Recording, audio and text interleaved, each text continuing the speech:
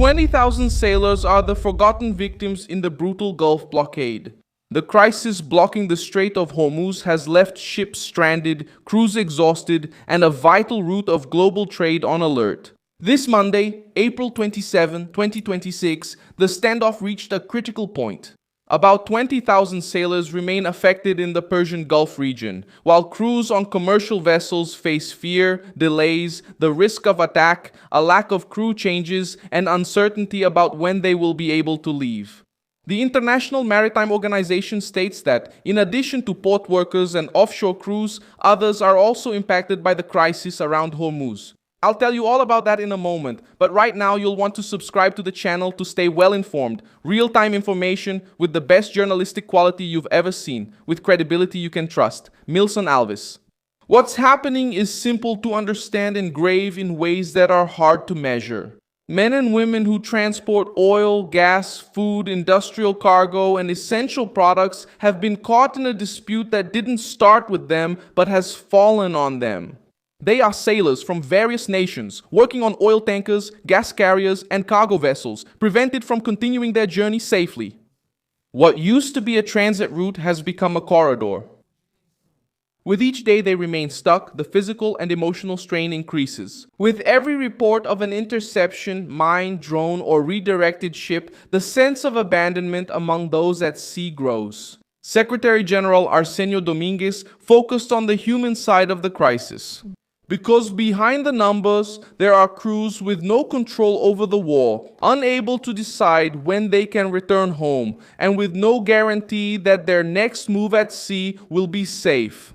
The Strait of Hormuz is one of the most sensitive points on the planet because it connects the Persian Gulf to the Arabian Sea and supports a huge part of the global energy flow.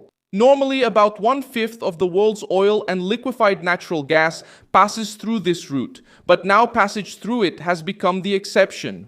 The blockade became even stronger after the United States started redirecting vessels linked to the transport of Iranian products. According to Reuters, traffic through Hormuz remains well below normal. In the last 24 hours, at least 7 ships crossed the passage, a small fraction compared to the previous average of 140 daily crossings before the war began on February 28. The same report stated that the United States Central Command has already redirected 37 vessels since the blockade against Iran was imposed on April 13th. The sailors were caught between two pressures. On one side, the Iranian regime is accused by Washington of using a shadow fleet to continue selling oil, gas, and derivatives even under sanctions. On the other side, civilian crews end up stranded, surrounded by military risk, while ships are investigated, intercepted, or sent back. The pressure from the United States targets the money that sustains Tehran, but the immediate effect also impacts workers who live confined on vessels, often far from their families, with no clear timeline to leave the danger zone.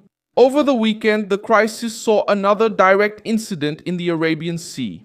The United States Central Command intercepted the merchant ship Sevan, identified as part of a shadow fleet of 19 vessels, which, according to the American military, was carrying Iranian oil and gas products to foreign markets. Reuters reported that the vessel was intercepted by a United States Navy helicopter, launched from the destroyer USS Pinckney, and began to comply with the order to return toward Iran under escort. The interception of the Sevan was not an isolated case. It was part of the so-called Operation Economic Fury, used by Washington to tighten the clampdown on Iranian energy revenue. The United States Department of the Treasury announced sanctions on April 24 against the Chinese refinery Hengli Petrochemical Dalian. In addition to vessels and companies linked to the transportation of oil, liquefied petroleum gas, and other Iranian products.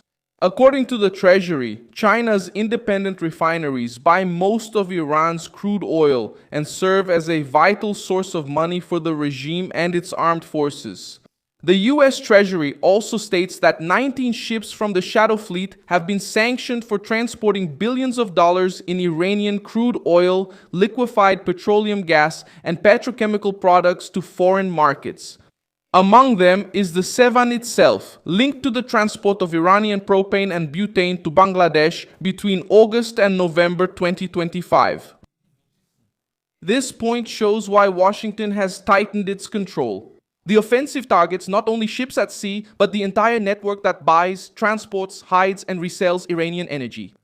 For the United States, the logic is to suffocate Tehran's financial machine before it fuels new military actions, allied groups, and the Iranian nuclear program. For the sailors, however, this strategy means endless days of waiting. The ship stays still, fuel needs to be controlled, food has to be rationed, the internet fails, crew changes are delayed, and sleep quality worsens. The pressure isn't just on governments and companies. It enters the living quarters, the cabins, the watch shifts, and the quick calls to family members who ask when it will all end. The Associated Press reported cases of crews trapped for about 8 weeks in the Persian Gulf, with sailors watching drones and missiles explode in the distance while the Strait of Hormuz remained practically closed. The report shows a tough routine, trying to keep normal conversations, carry out basic tasks, and stay calm, even with explosions seen on the horizon. The agency also mentioned warnings about the psychological impact, the lack of safe passage, and the difficulty in maintaining supplies and carrying out crew rotations. The most striking thing about this, Chris, is that the sailors feel invisible. Invisible because the public debate talks about sanctions, oil, war, blockade, ships, and governments, but almost always forgets about those who are trapped inside these vessels. Invisible because global trade depends on them every day, but when the route closes, they become a distant detail. They are seafarers, many of them from nations that had no say in this dispute, but who now bear the weight of a gigantic crisis. The fear around Hormuz is not only about the risk of a direct attack, but also about the uncertainty. The captain doesn't know if he will get authorization to pass. The crew doesn't know if the route is clear. The company doesn't know if the insurance will cover the next leg. The market doesn't know if the oil will reach its destination. And families don't know when their relatives will disembark. All of this creates a silent but intense pressure. The brutal blockade of the Gulf doesn't just stop ships, it puts lives on hold. The situation also threatens the future of the maritime sector.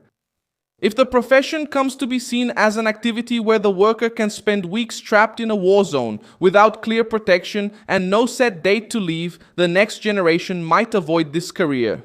The International Maritime Organization has already expressed concern about the safety and well-being of crews, placing the humanitarian factor even above commercial disruption. The White House and the Treasury treat the offensive as a way to cut off the Iranian regime's funding. The argument is that they will have energy sales to support aggression in the Middle East and nuclear ambitions. At this point, Operation Economic Fury serves as a direct message. Ship by ship, company by company, buyer by buyer, the United States wants to close off Iran's financial outlets. Iran remains the focus of the accusations for trying to keep its energy network running, even under pressure. The Shadow Fleet is identified as a key piece in this effort, with ships that change routes, hide the origin of cargo, make transfers at sea, and look for buyers in Asia. That's why the new round of sanctions targeted refineries, transport companies, and specific vessels. For Washington, it's not enough to block the port. The entire network needs to be choked off. For those on board, however, each new military action increases the feeling that the sea has become a trap. The Hormuz crisis, therefore, has a face that cannot be ignored. It's not just the face of Tehran, Washington, or the energy markets. It's the face of tired sailors, men and women who keep the world supplied and now hope for a safe way out. They don't control sanctions, don't negotiate deals, and don't command destroyers, but they're paying the direct price of the standoff. In the end, the war has already left 20,000 sailors stranded or affected in the Persian Gulf because the blockade has shut down one of the world's most important routes, while civilian crews remain under pressure. Forgotten, vulnerable, and hoping that security returns before the human cost gets even higher. Like this video, subscribe to the channel, and at the end, check out the comments so you can be even more engaged with the Milson Alves community.